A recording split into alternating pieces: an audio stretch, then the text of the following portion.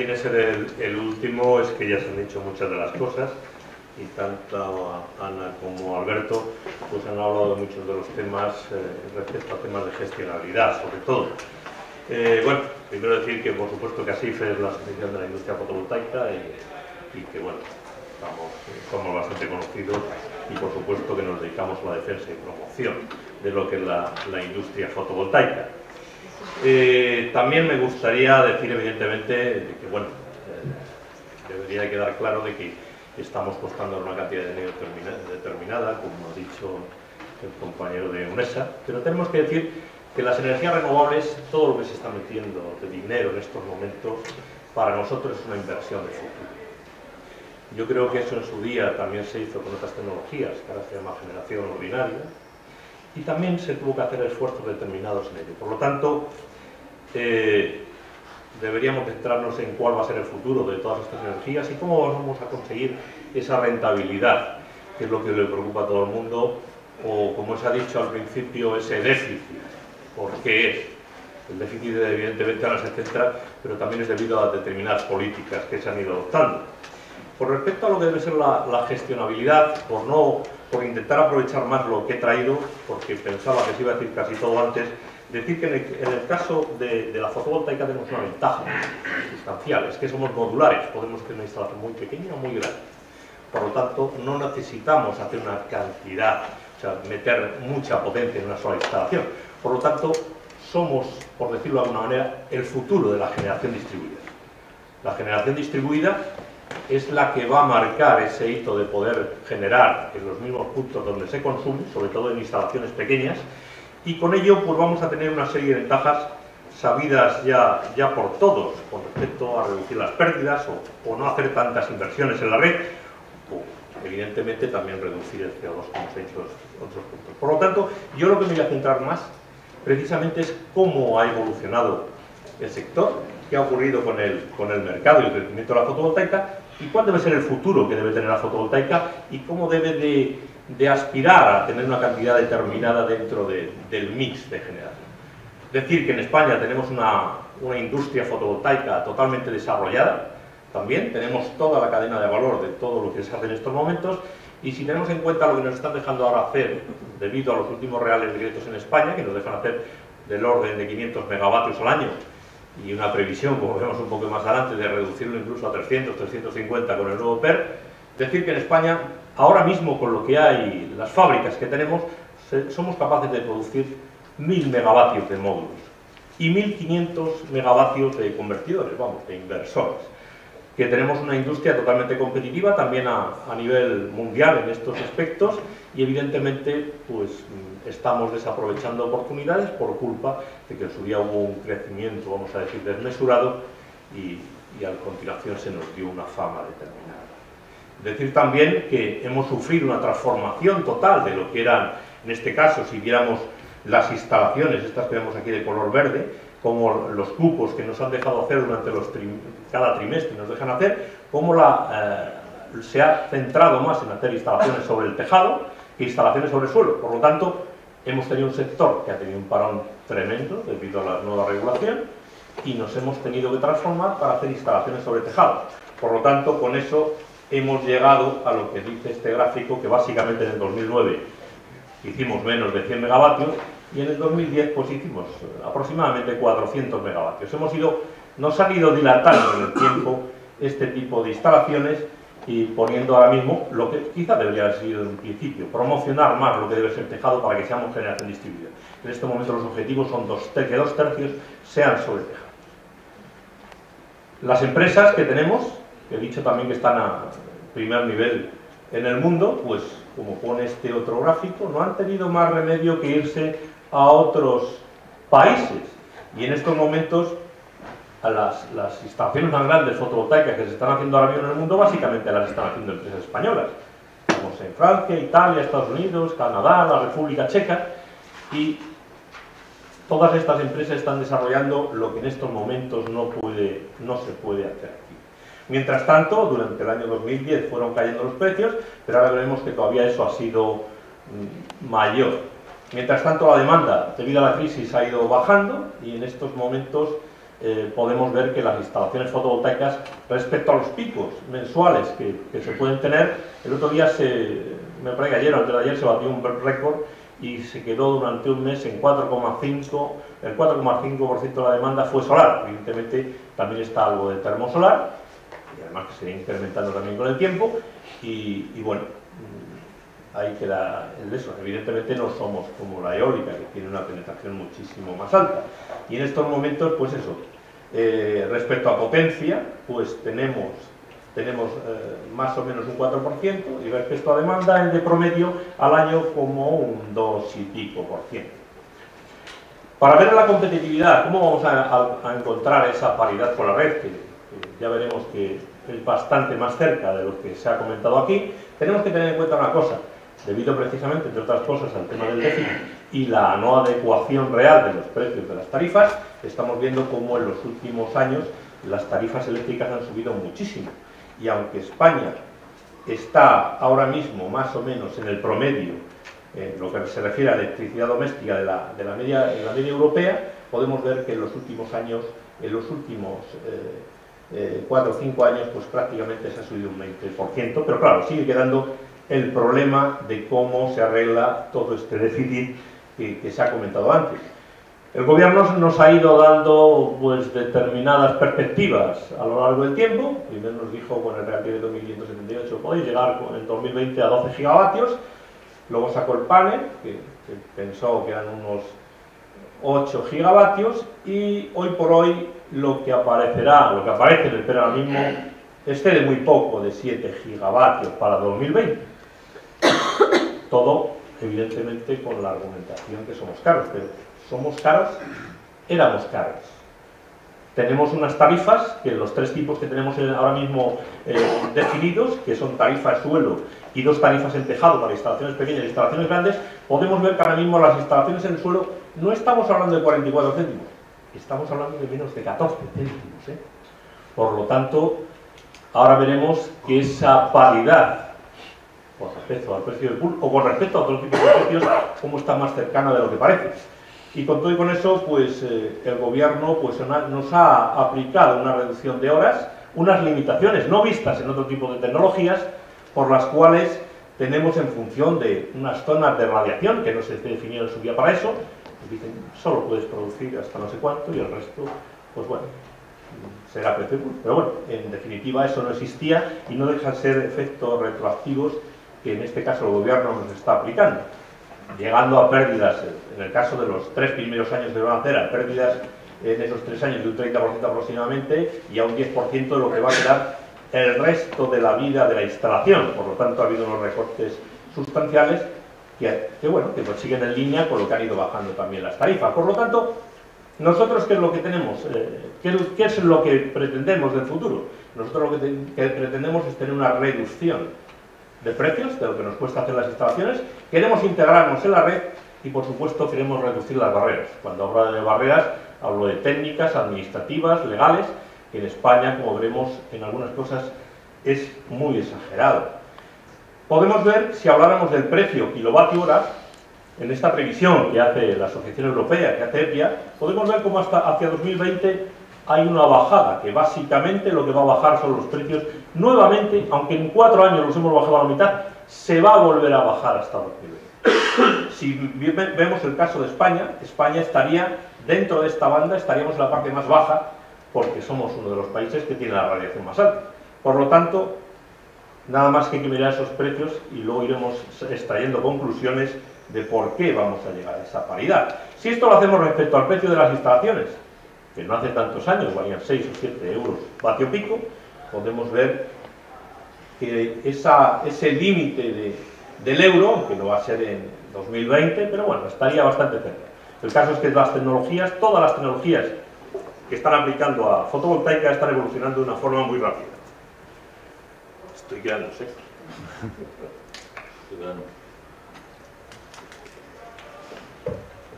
Por lo tanto, si viéramos también lo que ha ocurrido con las tarifas domésticas en los diferentes países de la Unión Europea, podemos ver claramente que todos están subiendo. A veces cuando decimos que Italia va a ser la primera que va a llegar a la paridad de la red, es simple y llanamente porque el precio de la tarifa doméstica es más alto. Y si vemos el de Alemania, podemos ver que todavía en estos momentos es bastante más alto. O sea, que aunque España en estos momentos está en un nivel intermedio, está claro que para acabar de solucionar el tema del déficit, las previsiones de que suba la tarifa doméstica son bastante grandes. Como vemos en el caso de España, pues las previsiones son de que en promedio pudiera ser ese 5% o incluso más. Si hablamos del precio del pool, aunque ha habido ahí una serie de oscilaciones hasta el 2010, las previsiones de los diferentes países también son de que el precio del pool pueda subir hacia arriba. Y ahora veremos algún gráfico en el cual el Ministerio lo refleja de otra manera. En este gráfico podemos ver en esas tres líneas, he dicho, que teníamos tarifas de pequeñas instalaciones en tejados, instalaciones medianas en tejados, instalaciones en el suelo. Podemos ver si representamos en estas otras lo que es la tarifa doméstica y una variabilidad en los incrementos entre un 3 y un 5%, y por otro lado pintamos la línea prevista, en este caso por el Ministerio, de lo que va a ser la evolución del precio del pool, podemos sacar una conclusión de que realmente el corte con cada una de ellas, con respecto al sitio donde se produce, aludiendo a lo que yo decía de las ventajas de ser una generación totalmente distribuida cuando la instalación es pequeña, podemos ver que esa paridad está cerca. Evidentemente, si miramos el resto de los países, en este caso la perspectiva que nos dan desde la Asociación Europea con respecto a diferentes países, pues dan datos bastante parecidos, y evidentemente hay sitios donde se encontrará antes simple y llanamente porque la radiación es mayor o porque en este caso las tarifas eléctricas son diferentes. Cuanto mayor sean, pues antes lo encontrarán. Si miramos los precios que están previstos en estos momentos en estos diferentes países para el momento en los cuales se llega a esa paridad con la red, podemos ver en estos dos ejemplos, las instalaciones de la izquierda estaríamos hablando de instalaciones en tejados y las de la derecha instalaciones en el suelo, cómo a qué precios se puede llegar a tener, que es más, en algunos casos, como este que vemos aquí de 1,64 y tal, en algunos casos hay proyecciones todavía mejores de las que se ponen aquí. Pero bueno, aquí podríamos ver los precios de la instalación completa, y en este otro podríamos ver el precio por kilovatio hora que se tendría en el momento que se llegara a la paridad con la red. Eso concuerda con el gráfico este inicial en el que he puesto los precios de corte. Por lo tanto, tenemos estos precios y lo que tenemos que ser es competitivos con respecto a cada uno de ellos, una vez, por supuesto, que ahora mismo tenemos en marcha el Real Decreto de Instalaciones de Pequeña Potencia, que puede potenciar esas instalaciones que se pueden conectar en las viviendas, en las industrias y sobre todo en la red interior, aunque de momento de una forma tímida porque el Ministerio pues no se atreve en algunos casos a poner potencias más grandes, mientras que para la cogeneración sí se atreve a poner un megavatio.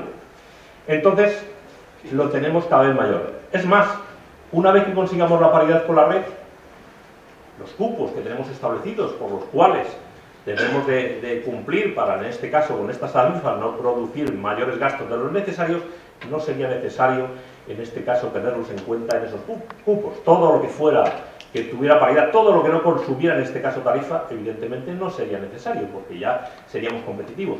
Eso podría tener un efecto asociado, precisamente, con ese autoconsumo de crecimiento a partir de ese momento en los diferentes estados donde puede estar, doméstico o industrial, o incluso con los años, como he puesto antes, con respecto a las instalaciones sobre el suelo.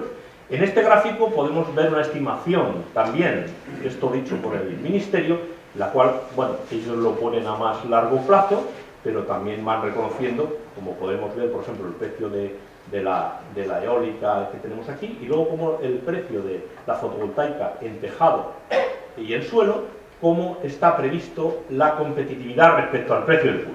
Aquí no se representa respecto a tarifa doméstica o tarifa industrial, pero bueno, ya lo hemos visto en el otro gráfico que hemos puesto antes. Tenemos que seguir teniendo en cuenta que en España tenemos lo que tenemos, y en estos momentos lo que tenemos es una dependencia energética cercana al 80%. Por lo tanto, si vemos aquí, según el Ministerio también, qué posibilidades, no estamos hablando de capacidad de la red en este momento y nada, posibilidades del país en cuanto a energías renovables, podemos ver cómo la solar fotovoltaica, bueno, evidentemente aquí habla de 160 gigavatios, tenemos 4 en este momento, pero vamos, entre las solares y la eólica, que la eólica también hablan de 110, las posibilidades que tenemos en España con respecto a los renovables son simplemente espectaculares. Por lo tanto, debemos aprovechar precisamente lo que tenemos.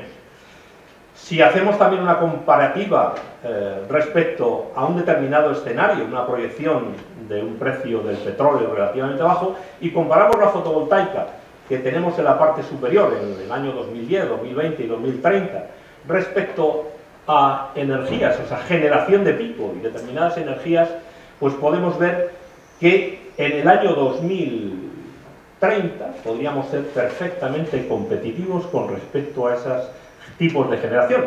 Pero si vemos otro caso en el cual esos combustibles fósiles, pues la proyección fuera un poco mayor de la que tengo yo ahí puesta, veríamos cómo seríamos competitivos bastante altos y cómo en el 2030 el resto de las tecnologías tendrían precios, en este caso, superiores.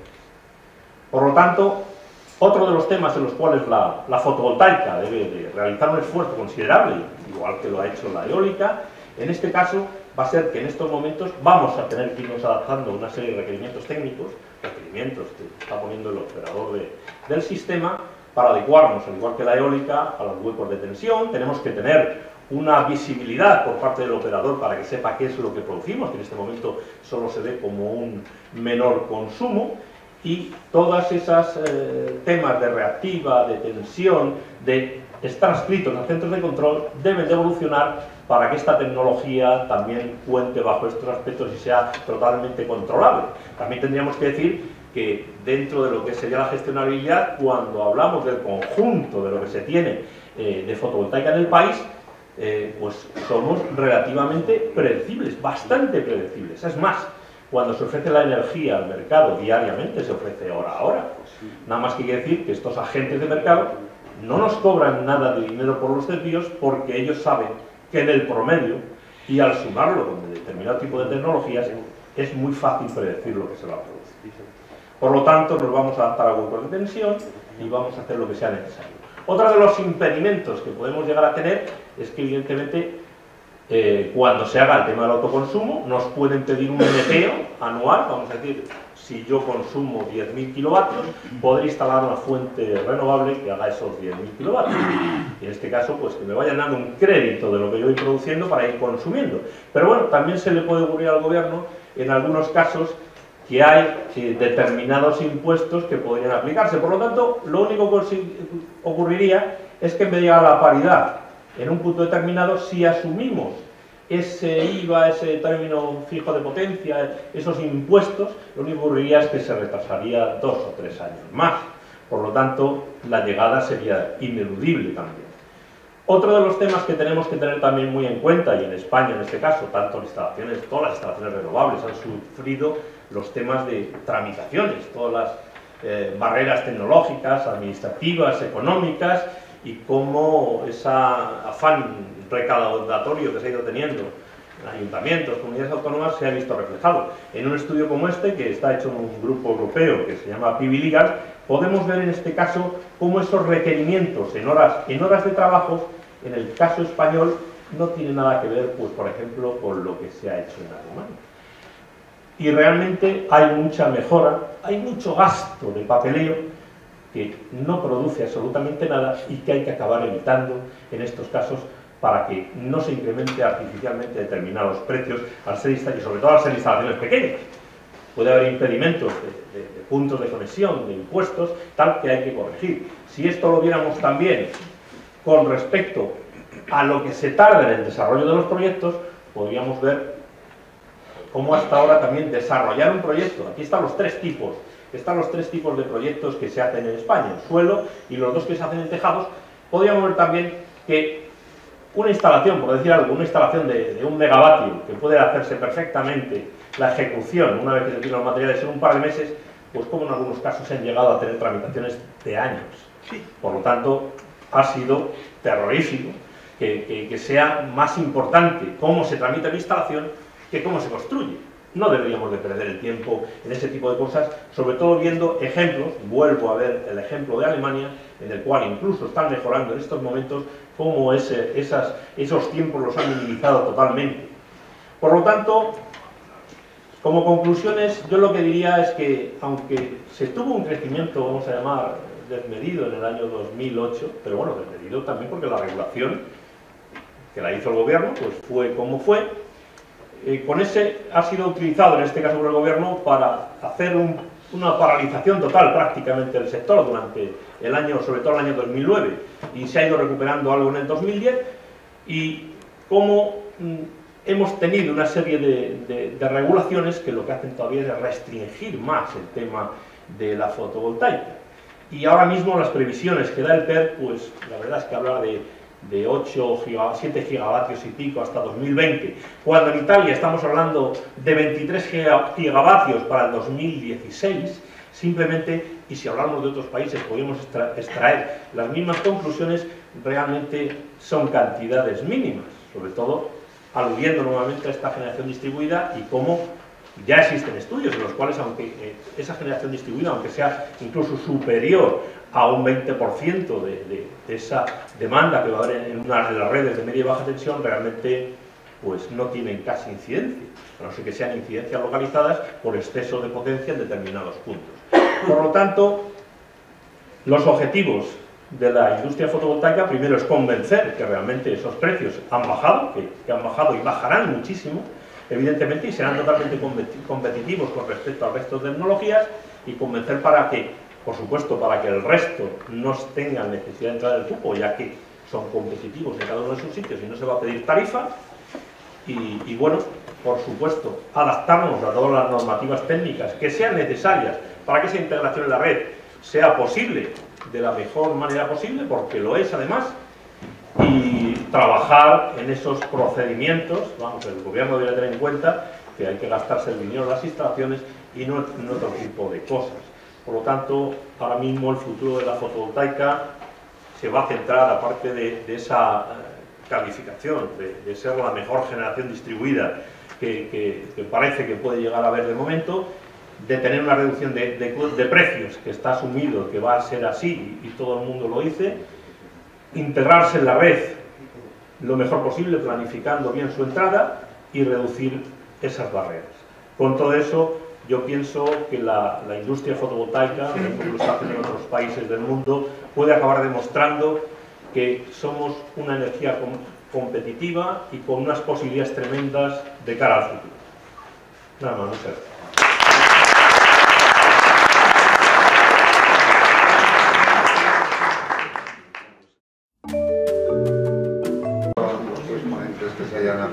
Ha tenido a sus minutos, y nos quedan unos cuantos minutos para tener un debate, preguntas, lo que tenemos aquí una empresa Ropazo. Sí. Bueno, soy César Ropazo y me gustaría al señor Collado hacerle una pregunta cándida, totalmente cándida, de verdad. Me ha gustado mucho la presentación, estoy de acuerdo con algunas de las afirmaciones que ha hecho. Sí, la industria fotovoltaica española es una de las desarrolladas en el mundo, sin duda, no pionera, pero una de las buenas, de las mejores. El potencial de la energía fotovoltaica en España es altísimo, altísimo, de los más altos. Ha dicho que las primas son inversiones del futuro.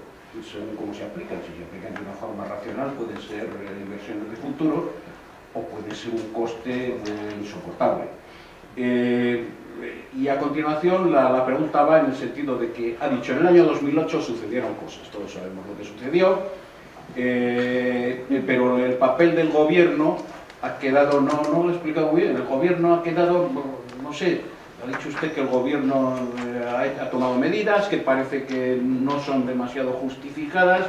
No sé yo quién defiende a este gobierno, pero ¿a qué se debe que haya tomado esas medidas y cómo podría haber actuado? ¿Ha sido debido al efecto llamada de los chinos, que hay que llamarles, como están tan lejos, hay que llamarles muy fuerte, y a lo mejor las primas que había tan altas, era una llamada a eso, con muchos decibelios para que se oyeran hasta en China?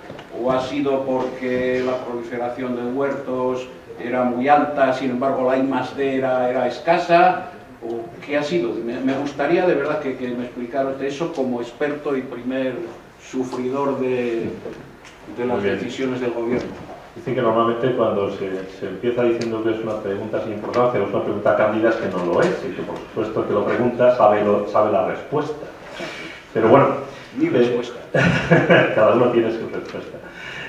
Vamos a ver, yo lo que creo es que el gobierno debería haber planificado el crecimiento de una forma sostenible. La regulación para esta tecnología y para otras tecnologías está para eso, para que ese crecimiento sea de una manera pues sostenible. Evidentemente, ni el Ministerio tenía ni idea de las posibilidades de la fotovoltaica, ni el sector.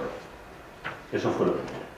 Por lo tanto, una vez que se había visto todo eso, realmente el Ministerio, cuando empezó a sacar determinados Real Decretos, el Real Decreto 1578, o después del 661 y todo eso, podía haber adoptado determinadas medidas que se le propusieron desde el sector. Nosotros propusimos además una cosa que luego se hizo en Alemania, que era la tarifa flexible. Cuanto más colocas, más baja la tarifa, por lo tanto, te vas estrangulando y vas haciendo cada vez más barato. Podríamos haber evitado, en algunos de los casos, que determinadas primas, que luego se mantuvieron durante un año, no hubiera sido así, que hubieran ido bajando de una forma progresiva.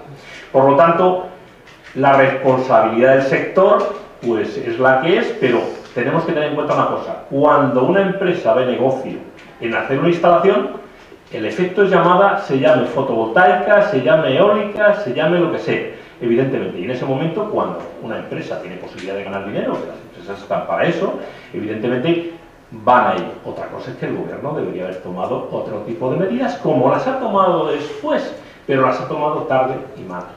Por lo tanto, esa bajada de tarifas, desde esos 44 céntimos que ponía yo ahí hasta el 13,85 que estamos ahora sobre suelo, se podía haber programado de otra manera. Nadie quería que vinieran todas esas cantidades de megavatios de módulos chinos, y a nosotros nos hubiera gustado que fuera el sector español, al igual que ha ocurrido con el sector eólico, el que hubiera creado ese tejido empresarial, esas empresas que se dedicaran a todo esto de una manera más pausada y que hubiera habido un crecimiento pues normal. Por lo tanto, una vez que se ha tenido todo esto, pues evidentemente no vamos a estar constantemente aludiendo a lo que ha ocurrido en el pasado, lo mismo que ahora todo el mundo dice, todo el mundo saca el gráfico, la fotovoltaica cuesta 2.600, cuesta 3.000 millones, cuesta no sé cuánto, pero evidentemente nadie saca cuáles son los defectos del mercado eléctrico, qué subvenciones han tenido determinadas generaciones ordinarias y qué es lo que ha ocurrido en el conjunto, y sigue ocurriendo en algunos casos.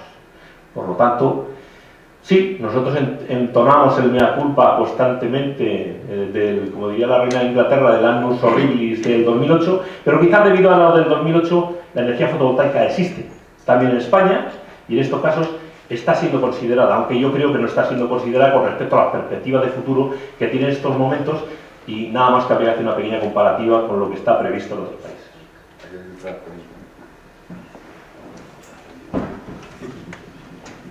Buenos días. Bueno, me imagino que sabéis los tres lo que voy a preguntar. Incluido tú, Endesa. Javier Penacho, hoy jubilado, pero en su día defensor necesariamente de la competitividad del precio eléctrico para la industria española. Me sorprende que los tres, cuando tenéis una masa crítica más que suficiente, seguís reclamando dinero sin pensar en quién lo puede pagar. Cuando habláis de las subvenciones que hayan recibido de tecnologías en el pasado, se os olvida que el pasado era país autárquico, con fronteras cerradas, creciendo como se decidía entre todos. Ahora estamos un país abierto, mundo globalizado, y el precio tiene que resultar siempre competitivo. El precio doméstico es un precio político, pero tampoco puede ser disparatado, pero el precio industrial tiene que ser competitivo. ¿Por qué ninguno de vosotros os planteáis cómo se financia el salto? ¿Por qué ninguno de vosotros planteáis que la curva de aprendizaje no se ha llevado a la práctica en serio? Se ha pagado muchísimo por muchísima tecnología antes de su desarrollo normal. Vuelve a pasar ahora con el PER, ahora toca con la termoeléctrica. Tú, Ana, no has dicho más que la cantidad de cosas que estáis investigando. Sin embargo, ya hay prometida una potencia del demonio que probablemente es excesiva como curva de aprendizaje. ¿Os importa a cada uno de vosotros razonar cómo esperáis que el sistema, o sea, los consumidores, paguen lo que vosotros consideréis que es vuestra exigencia? Resumo. Año 2010, el conjunto de primas supuso 24 euros megavatio hora. El precio pool fueron 37. ¿Cómo se arregla eso en un mercado UE, en un mercado euro y en un mercado dólar? ¿Cómo se arregla eso? Solo una pregunta complementaria. ¿El señor Collado se va a quedar a la próxima conferencia? Sí. Ah, pues entonces ya me hará usted la pregunta. Muchas gracias. ¿Queréis decir algo rápido? Sí, una intervención rápida, algunos si queréis, porque si no nos comemos el café. Si el café está en el termo, no se fría, ¿no? Es que, claro, es muy fácil, Javier, soltar así las cosas, ¿no? Vamos a ver. Yo no he dicho lo que las otras tecnologías han dicho, eso yo no lo he dicho. En todo caso, porque yo hablo con representantes de sector eólico, habrá con Alberto Ceña, a lo mejor podríamos entrar en otro debate. Pero yo estoy jubilado, tengo que alimentar a mi familia, y entonces tengo que...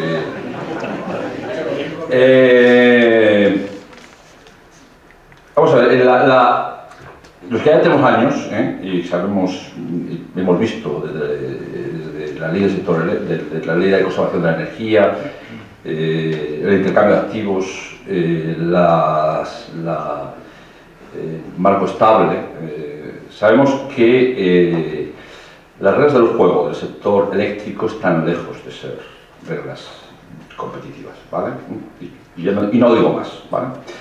Respecto a la eólica, nosotros, vamos a ver, nunca ha habido una desregulación, o sea, todo está regulado. Entonces nosotros, como empresa del sector eólico, recibimos señales. Primera señal, un marco, el decreto de autoproducción, se fomenta la cogeneración, se fomenta la mini hidráulica, luego vienen los distintos reales decretos, el 28-18, y a esos decretos vamos acogiéndonos.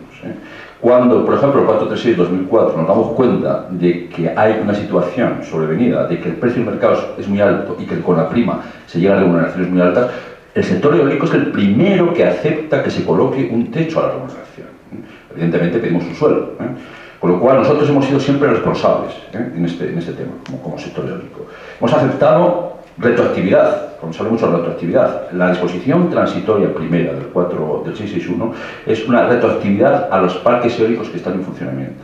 Y somos un sector responsable. Ahora bien, somos conscientes de que se requiere una serie de primas para poder tirar para adelante, porque son inversiones intensivas en energía, intensivas en inversión, en dinero, y que por lo tanto es necesario que haya una cierta incentivación. Además hay otra cosa, están las externalidades, no se pagan los consumidores, acabo.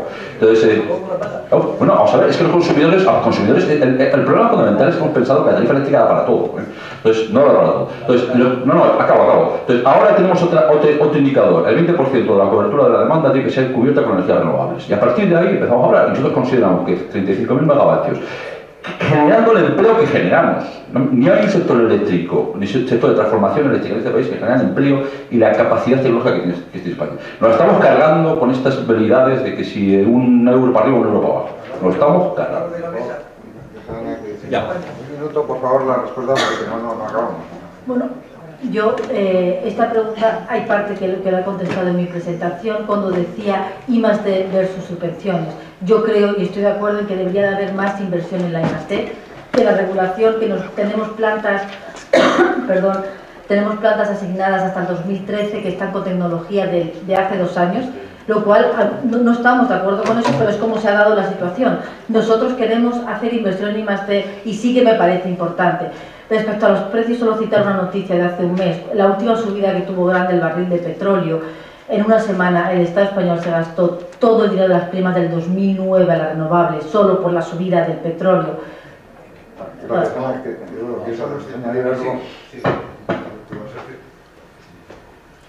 Bueno, yo no voy a añadir mucho más porque ya veo que además tampoco que iba a convencer, por supuesto, pero voy a seguir insistiendo en el mismo tema. Que me digas cómo esperáis que se os pague.